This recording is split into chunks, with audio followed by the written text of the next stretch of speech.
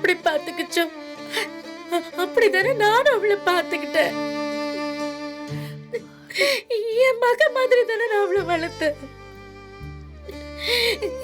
எல்லாமே என்கிட்ட சொல்லுவா.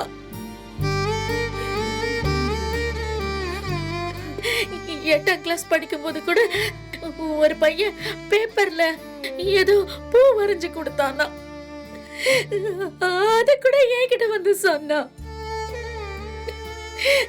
அதே மாதிரி இதையும் என்கிட்ட வந்து சொல்லி இருக்கலாமே.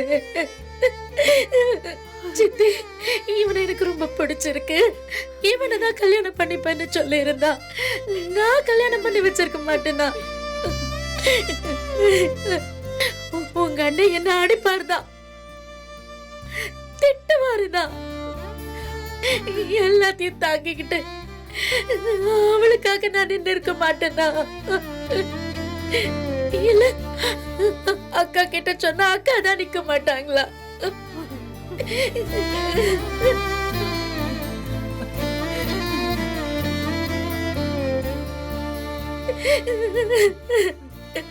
எல்லாரையும் ஏமாத்திட்டு போயிட்டாளே. நடக்கிறதெல்லாம் கனவா போயிடாதான்னு இப்பவும் தோணுது.